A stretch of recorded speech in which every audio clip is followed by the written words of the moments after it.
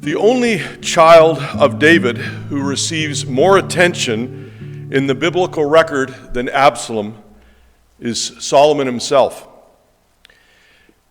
Absalom enters the scriptural record in 2 Samuel 13, and his life and the rebellion which he led will actually dominate the record for the next 8 chapters until 2 Samuel chapter 20. In fact, the rebellious act and the spirit that Absalom had, he unleashes this spirit, and it's going to plague David and his house right into the reign of King Solomon himself.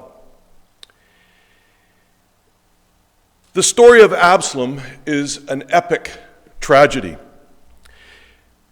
It's a story that provides great lessons and warnings for us today, brothers and sisters, as we'll see. And condensed within these 8 chapters are examples of politics at its worst, and we think that politics today are messed up. It is a story of rivalry. It is a story of rape and lust and hatred and murder and rebellion and warfare. And that's within David's house. Well, in order to manage the scale of Absalom's life and times, we propose to look at it in 4 sections, God willing. Well, in our first section, which we have entitled The Son of Maacah, A House Divided, we want to look at David's family dynamic, as well as the events that were set in motion as a result of David's sin with Bathsheba. And we'll also get our initial introduction to Absalom, the son of a foreign princess. In our second session, The Stealing of Hearts, the Art of Rebellion, here we want to look at Absalom's character in a little bit more detail, his thinking and his plot to take the kingdom, resulting in the greatest threat that David ever faced towards his role as king. We'll also see how Absalom embarks on his mission to steal the hearts of the people. In the third session, The King's Heart, Wise and Foolish Sons, we'll look at what David saw in Absalom, what drew him to that boy, what caused him to overlook and even forgive the evil that he did. And what can we learn as brothers and sisters, mothers and fathers, about how we can help our family life in the truth? And then finally, in the fourth section, God willing, we'll look at Absalom's place, the way of all men. We will look at the result of Absalom's revolt. We will consider what he was trying to achieve in this life and what his startling end can teach us today. Well, as we said, next to David and Joab, Absalom dominates the record in 2 Samuel. This is a word cloud, and this word cloud graphically takes the words out of 2 Samuel and shows us what the most prominent words are within the record. Absalom is a looming character in 2 Samuel. God wants us to learn something from the story of this man. Absalom was a son. He was greatly loved by David, as we know. In fact, he generated in David, his father, almost a blinding love, as we'll see. David was prepared to overlook his faults, even his outrageous actions, for the love that he had towards this boy. He was also a man that was watched and admired and loved by many in Israel.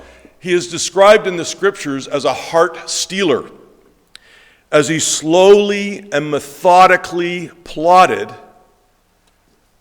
his takeover, his overthrow of his father to take the kingdom. This is the man we hope to get to know, brothers and sisters, over the next several weeks, God willing. What a towering character he is. A seemingly, today we would say, a perfect politician. An ideal king that any nation would love to have. Well, let's start at the beginning. the house of Saul begins to pass off the scene. And the kingdom of David begins. And we read about this in 2 Samuel chapter 3, verses 1 to 5. So if you have your Bibles there, you can take a look at 2 Samuel 3, verses 1 to 5. And here we have the birth of David's sons that were born to him in Hebron. And we read in verse 1, Now there was long war between the house of Saul and the house of David. But David waxed stronger and stronger, and the house of Saul waxed weaker and weaker.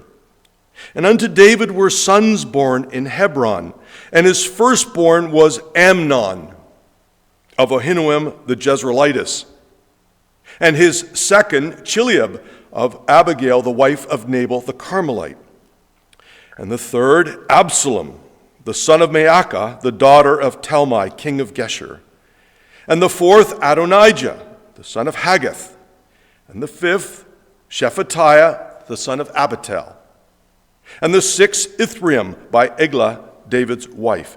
These were born to David in Hebron.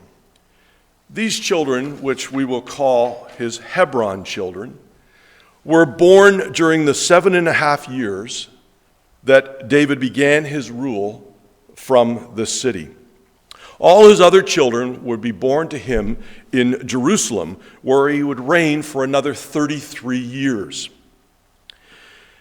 So David, beginning at the age of 33, will have 6 sons by 6 different wives while living in Hebron. And interestingly, they're not called queens. The title of queen doesn't happen until the reign of Solomon. They're just referred to as his wives. In 1 Chronicles 3, verses 1 to 9, we have an additional record here with details about David's family. So in 1 Chronicles 3, it's again, when we notice though in 1 Chronicles 3 here, we're going to call these the beginning, the first 4 verses really lay out the Hebron children. And we want to briefly look at this record as it's going to help us to perhaps understand Absalom a little bit better when we understand the tensions and the rivalries that come from this type of family setup that David had. And we think it's going to just give us a little bit more background to understanding Absalom. So it's not recorded here in 1 Chronicles 3 about David's first wife, but from 1 Samuel 18 and 27, it's a good cross-reference to put in our marginal reference in Chronicles there, but 1 Samuel 18 and 27, we know that his first wife was Michal, Saul's daughter. Jewish rabbis actually think her name was changed to Eglah, but since Michal had no child with David, that really doesn't make sense. She would have brought bitterness and a lack of spirituality to David's household. We know that she was forcefully separated by David from her husband Phaltiel, a man that Saul had wrongly given to her after David had fled from Saul. And David would later bring Michal back to him after the death of Saul, and she would be childless for the rest of her life. We then see in the record of 1 Chronicles 3 that he has Ahinoam. Her name means my brother is delight, or brother of grace. And she bears David's first child. So she's his second wife. She bears him the first child, and they call that boy Amnon. And he becomes the heir apparent to the throne. Amnon's name means faithful, but he wasn't. I'm sure David and Ahinoam had good intentions for the boy, but he turns out to be someone who picks bad friends, listens to bad advice, is a liar, and actually rapes his sister. Abigail, My father is joy, has David's second son, we read in the record, and his name is Chileab. It means like his father, or protected by the father. And you'll notice in a lot of the meanings of the names of David's children, the idea of father comes out. He might have had a second name. This is the boy that might have had the second name named Daniel, actually, in 1 Chronicles 3:1. So when you compare the records, the one has the name Chileab, the other record has the name Daniel. It's felt he could have had another name. We're not sure what becomes of him as he passes off the scene. So it's possible that he might have died very young. And it seems that David married Abigail either shortly after he marries Ahinoam or very nearly at the same time, as it appears in the record. And then we have Maacah. Her name means oppression. And from her, David has his third son, Absalom, and his sister Tamar. Two very beautiful looking people, we are told in the scriptures. Maacah is herself a king's daughter, making her a princess, and we'll have more to say about her in a minute. And then he marries Haggith, and her name means festive. And she bears David's fourth son, Adonijah. Yahweh is my Lord. And Adonijah grows up with an eye on the throne. He's a plotting fellow, waiting for the right time to take the throne. And he's no fool, because in his rebellion, he even manages to rope in Joab and Abiathar the priest. And like Absalom, his half-brother, he too gets 50 men to run before him in 1 Kings 1 and verse 5. You might have thought, well, it worked for Absalom. Maybe it'll work for me. When David is old and weak, it's Adonijah who then sees the right time to strike. And David has to rise up, we remember, and anoint Solomon, putting an end to Adonijah's blatant grab for the throne. Even more remarkable, in 1 Kings 2, verse 13, he tries again to take the throne. And this time he asks Bathsheba to get Solomon's permission so he can marry Abishag, who ministered to David while he was sick. Well, Solomon, being very wise, correctly saw this as Adonijah trying to gain ascendancy to the throne and had him executed for such a ridiculous request. This boy also badly wants the kingdom. And then David marries Abital. My father is the dew. And she has David's fifth son, Shephatiah. And then he has Eglah, who gives birth to David's sixth son in Hebron. And that boy's name is Ithream, abundance of the people, or prophet of the people. Well, David's Jerusalem children are listed in 1 Chronicles 3 in the verse 5 to 9. So those are his children that are born in Jerusalem. We'll call them the Jerusalem children. David now reigns here for 33 years with all the sons from Hebron, and in Jerusalem he has more children, and he takes another wife.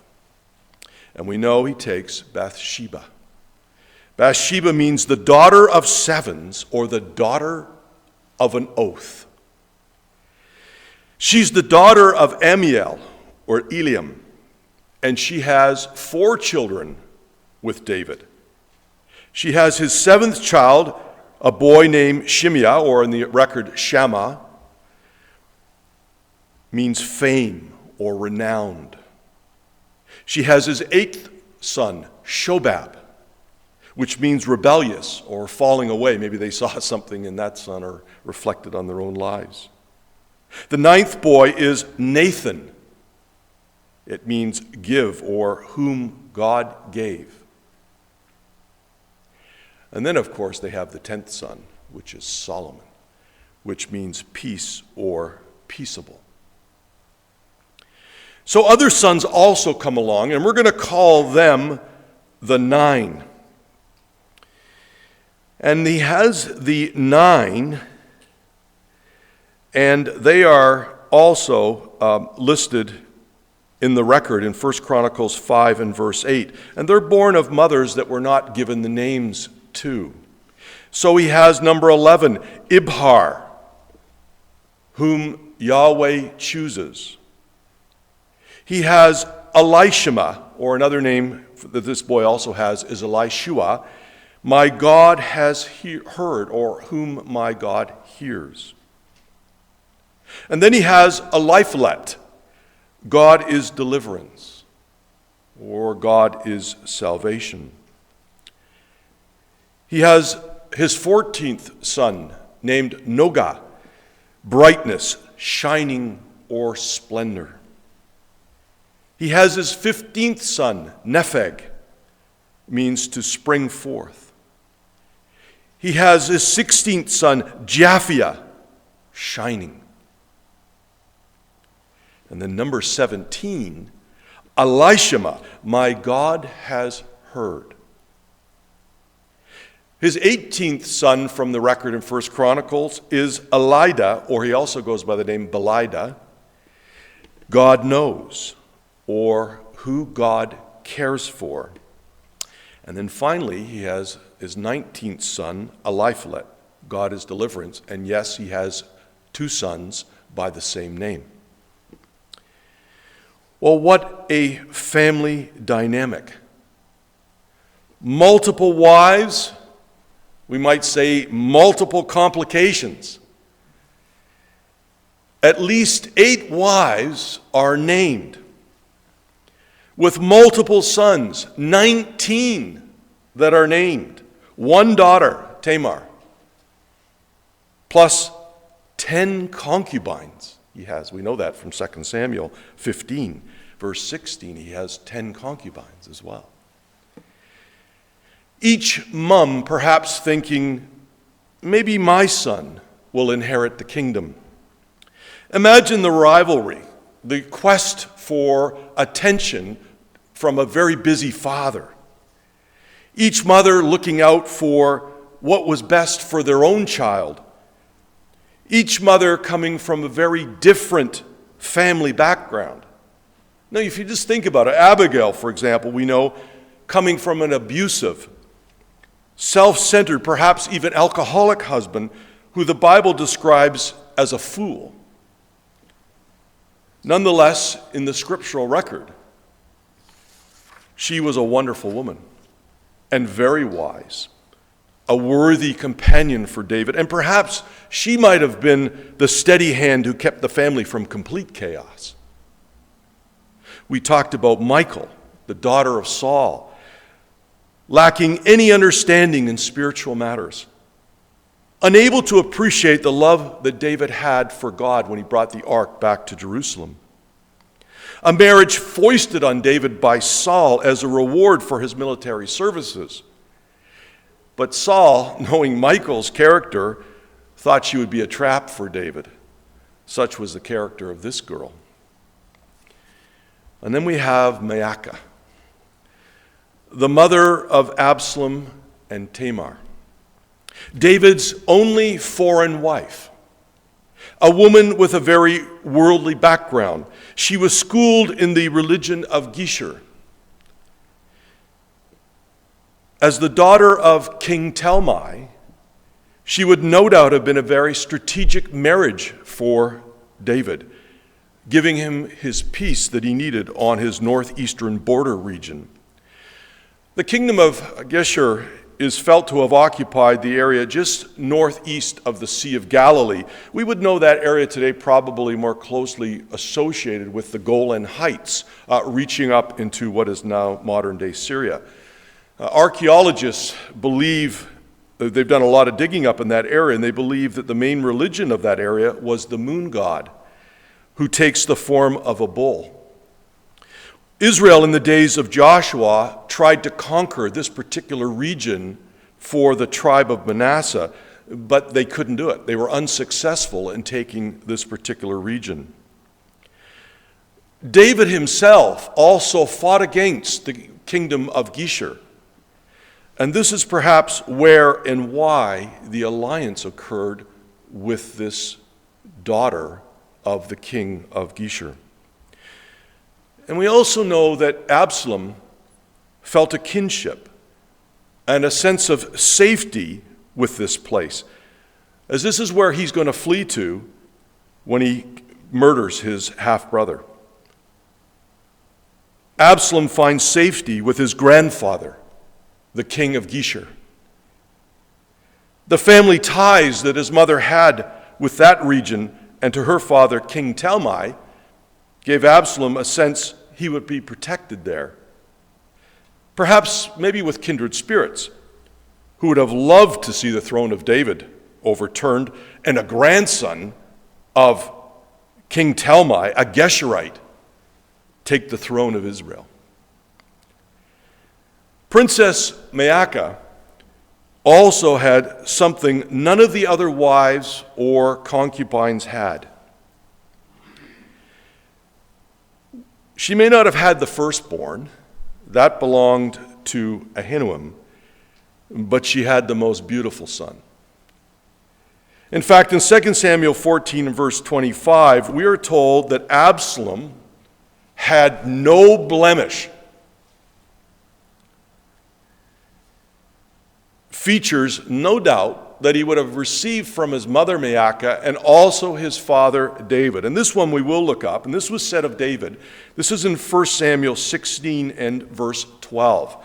1 Samuel 16 and verse 12. And I'll read from the Net version here, because there's going to be a lot of emphasis as we go through the record of Absalom of his good looks. And this was something that certainly attracted people to him. And we see that this was also a feature of his father. In 1 Samuel 16, verse 12, so Jesse had him brought in. Now he was ruddy, with attractive eyes, and a handsome appearance. The Lord said, go and anoint him. This is the one. And so it was a feature of David and perhaps Maacah herself, because two of the most beautiful characters in the record, Absalom and Tamar, from David and Maacah. Absalom had natural features that attracted people to him. It's something that I can't relate to, but they say that people with striking good looks end up with other problems, sometimes attracting the wrong crowds for the wrong reasons. They themselves are more subject to vanity, being puffed up in their appearances. And sometimes it's helped along by others who constantly remind them of their good looks. Oh, you're so good looking. In some ways, then, it can become a curse rather than a blessing. And this is often the case with people that are drawn in our society today to celebrity, to those with dashing good looks and features. Amnon did not seem to attract the same kind of attention.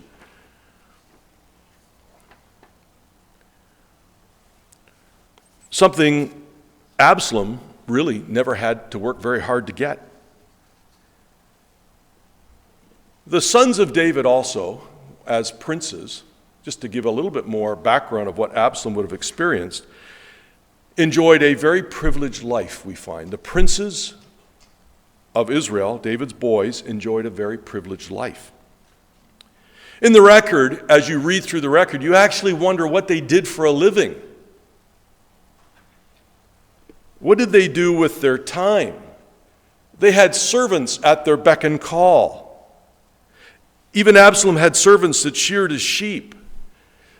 When we consider Amnon, the firstborn, we know he's got a so-called friend named Jonadab. And Jonadab, the way he works with Amnon and the way he appeals to him is, as a friend, he talks about the special status that Amnon has. He says, Amnon, you're the king's son. Why are you distressed? As if a king's son should never be depressed or sad. Such was the life of a prince. And actually, we know that he had servants, and from the record, we're going to see this shortly in 2 Samuel 13, that his servants would even stand by while he raped his sister. Absalom, we know he had his own sheep shearers to do the work with his own livestock, and he had servants dedicated to his every command. They would even commit murder for him. Adonijah, his other boy, he had no trouble rounding up chariots and horsemen and 50 men to run before him to declare his intention to be king. The life of privilege that these boys experienced seemed to create a sense of entitlement. It actually gave them a feeling of superiority.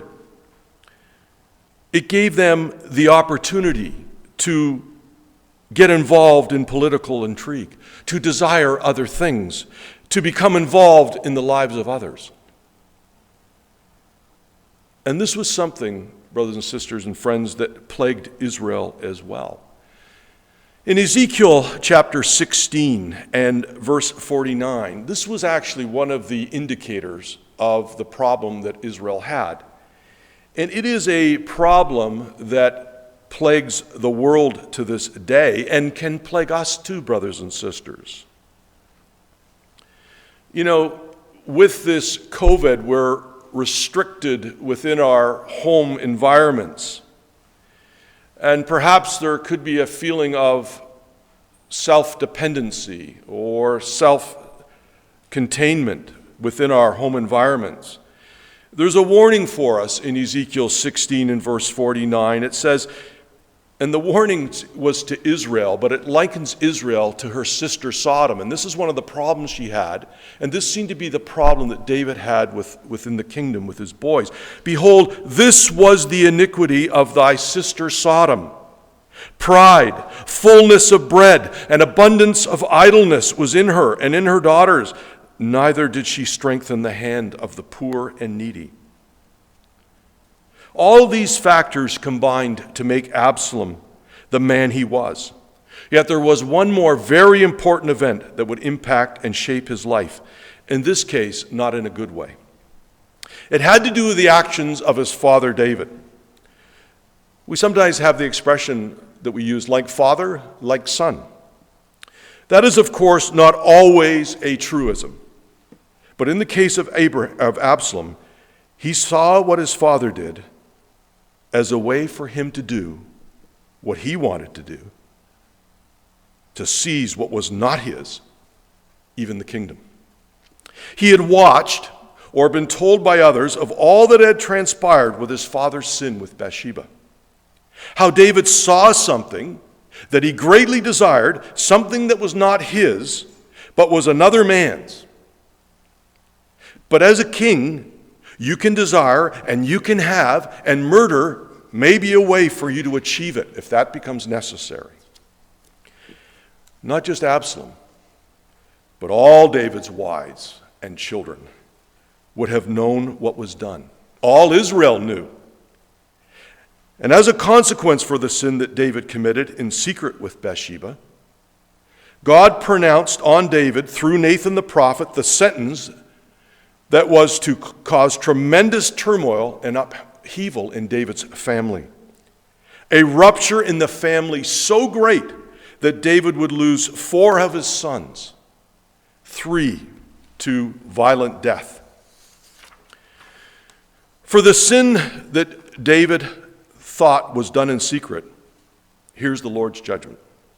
We'll read from 2 Samuel 12, verses 10 and 11, and we've actually put this on the slide. Now therefore the sword shall never depart from thine house, because thou hast despised me, and hast taken the wife of Uriah the Hittite to be thy wife. Thus saith the Lord, behold, I will raise up evil against thee out of thine own house, and I will take thy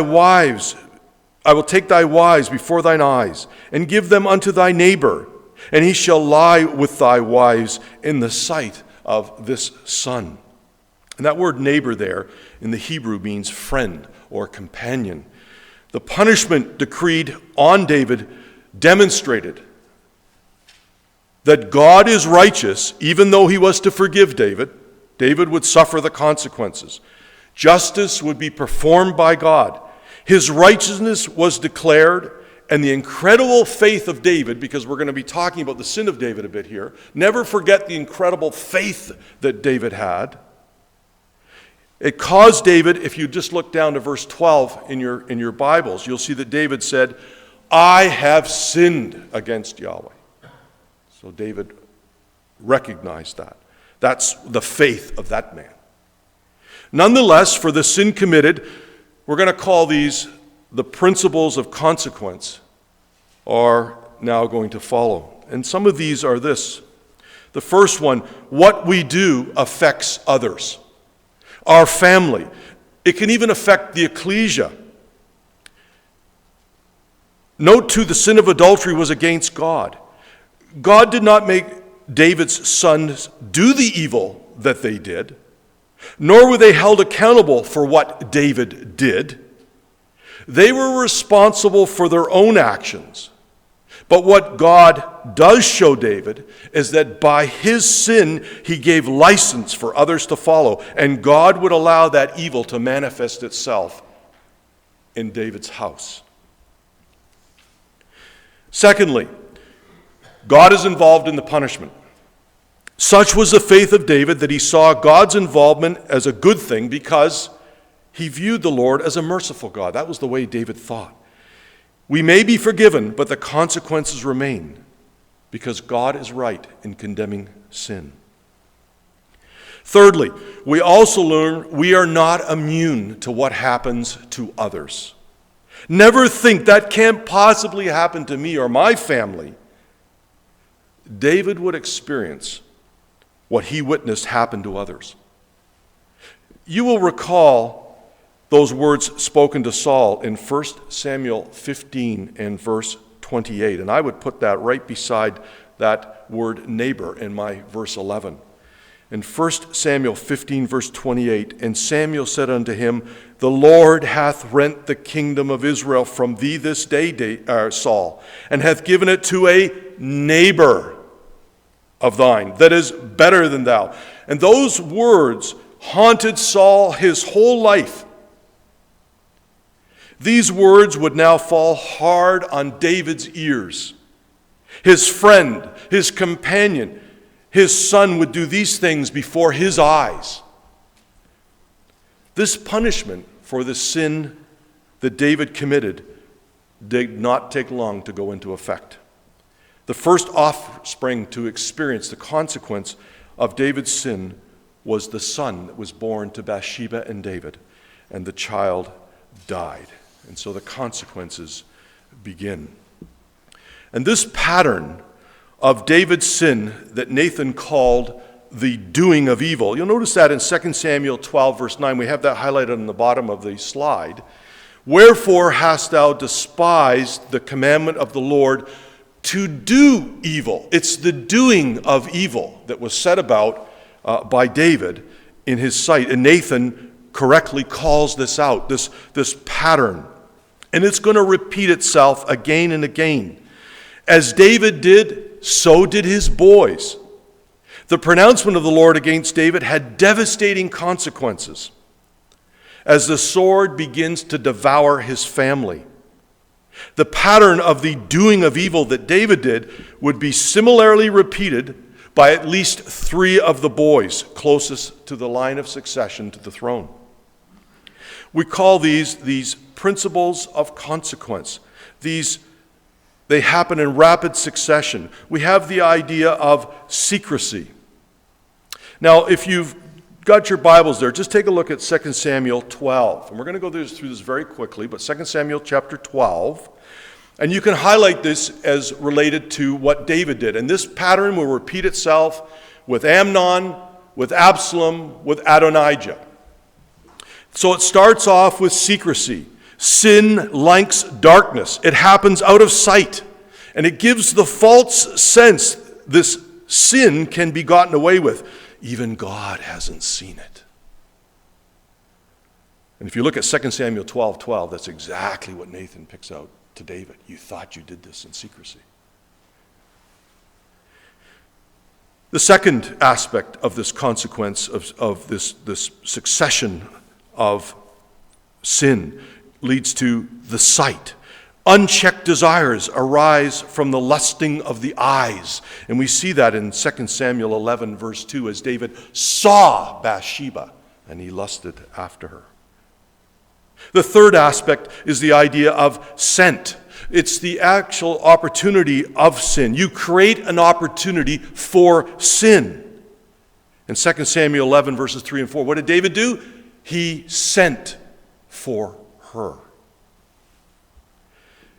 And then the sin itself.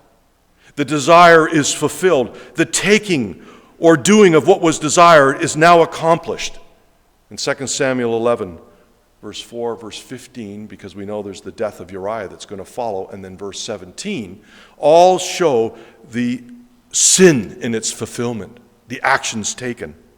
And then we have what's called suspension. What we mean by that is, since justice or judgment doesn't happen immediately, there's a sense that we get, and David got, and his boys get, that they got away with the sin.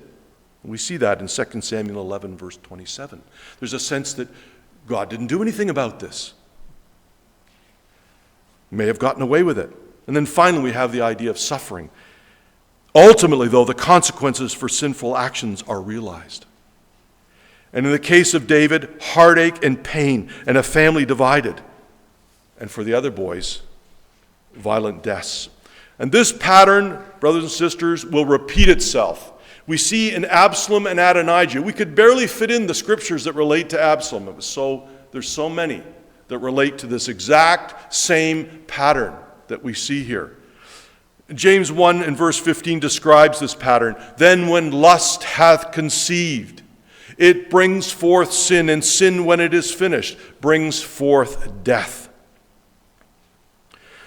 This pattern is called the doing of evil. Secrecy, things are hidden. The sight, the lust of our eyes.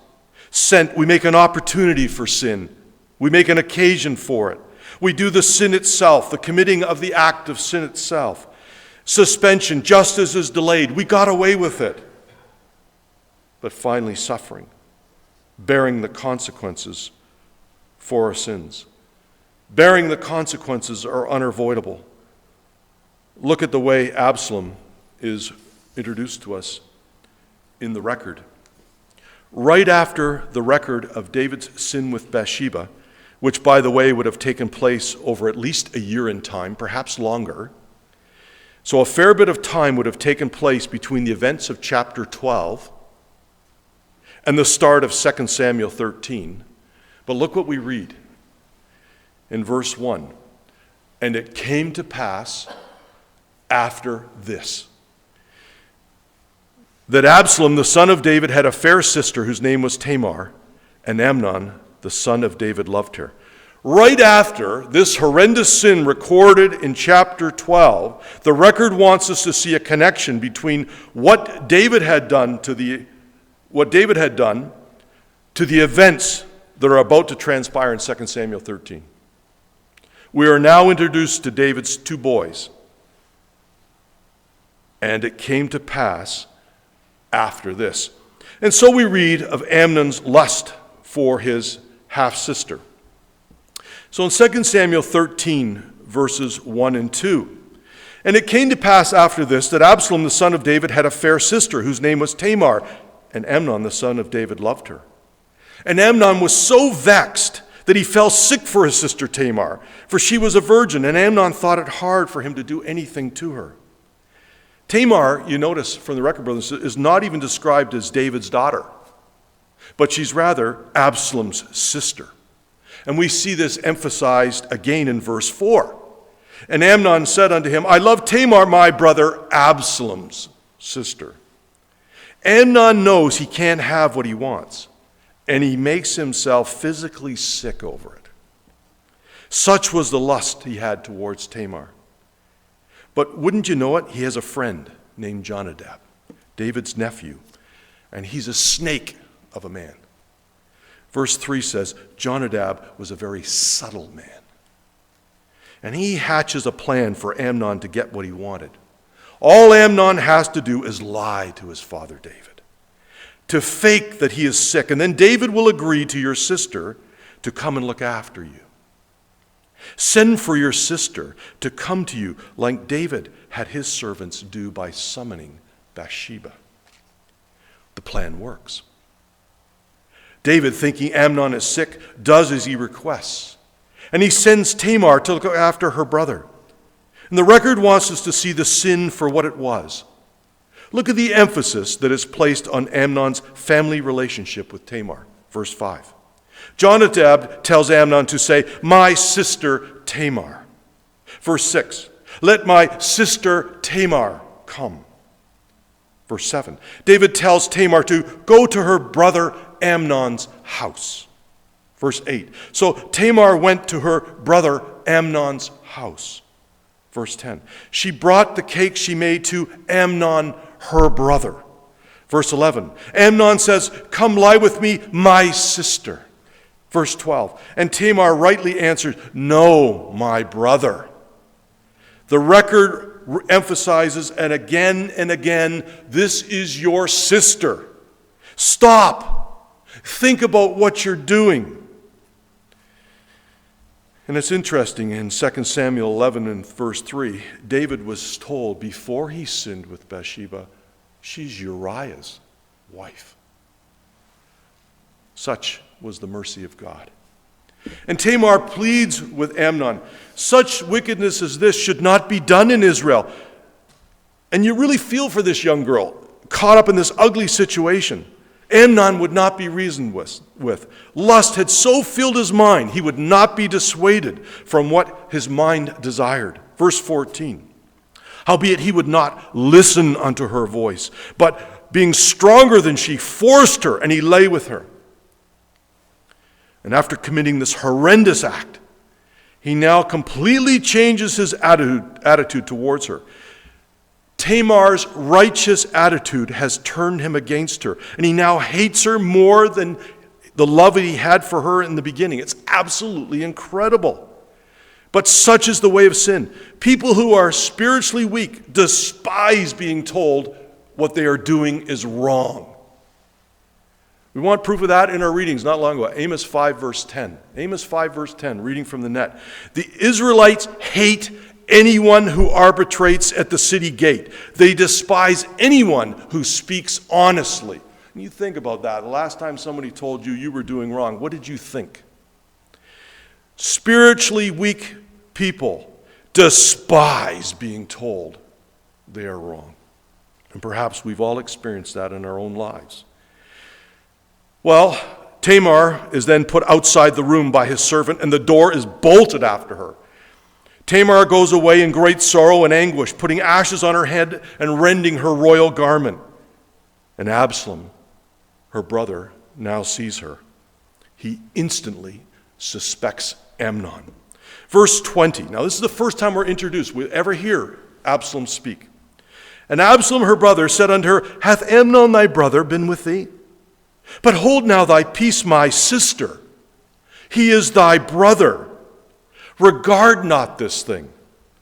So Tamar remained desolate, and that means to be astonished, to be put in silence, Jacinius says. She was put in silence, astonished, in her brother Absalom's house. That's where she was going to stay.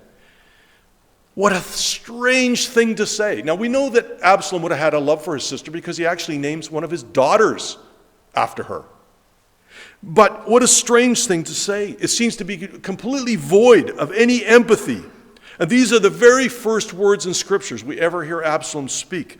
The Net version reads for verse 20, Her brother Absalom said unto her, Was Amnon your brother with you? Now be quiet, my sister. He is your brother. Don't take it too seriously. What a terrible thing to say. Tamar, now shamed and devastated after being treated with such contempt, lives in the house of her brother Absalom. When David learns of what has happened, verse 21, he was very wroth, but he never took action. And here we start to see what the sin of Bathsheba is now affecting his ability to judge. David sees what Amnon did as perhaps not that far away from what he did when he took another man's wife, when he took something that he shouldn't have. And David would have reflected on the mercy that God had showed to him. Whatever the motivation, the result is David does nothing. David's hesitation and inaction after Amnon's wickedness towards Tamar would prove to be a fatal mistake. Ecclesiastes 8 and verse 11, we read, "Because sentence against an evil work is not executed speedily, therefore the heart of the sons of men is fully set in them to do evil." The house of the kingdom of David watched. Adonijah watched. Ahithophel watched. Joab watched. And so did Absalom. No justice seemed to take place. Amnon doesn't flee anywhere. He becomes maybe emboldened in a sense that he got away with it. Brothers and sisters, we too can fall victim to the same type of thinking that Amnon and later Absalom and Adonijah are going to display. The Lord himself warns about this. So we can never think, well, these are evil characters. It could never happen to me. Take a look at Matthew 24 and verse 48. Matthew 24, verse 48. "But and if that evil servant shall say in his heart, My Lord delayeth his coming, and shall begin to smite his fellow servants to eat and drink with the drunken, the Lord of that servant will come in a day when he looketh not for him, and in an hour he is not aware of, and shall cut him asunder, and appoint him his portion with the hypocrites. There shall be weeping and gnashing of teeth." If we follow this attitude of mind and we let it set in, that our Lord is delayed, or his coming is a way off, or there's no judgment or justice for any acts that we've done, our behavior changes. It happened to Israel. Well, what should have happened to David? Well, we know from Leviticus 20 and verse 17, Amnon should have been put away. Leviticus is very clear not to have your sister, and he did that. And so we read in Leviticus 20 and 17 what the punishment should have been for that boy. Well, now David has a problem. David has a house divided.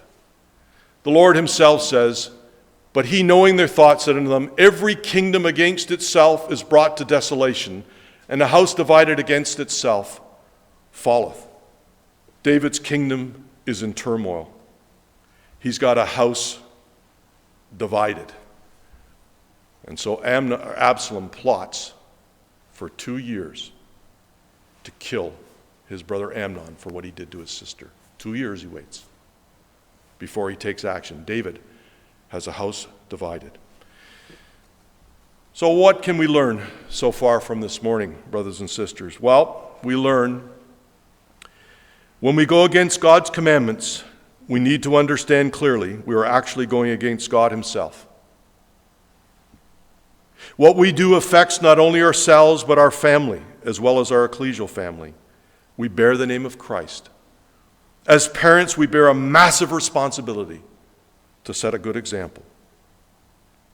And thirdly, if we do not take action against wrong or evil, it can spread and develop into a mindset for ourselves and for others around us. Hey, I can get away with this. And so Absalom starts to think, after what's happened, maybe he can get away with this as well.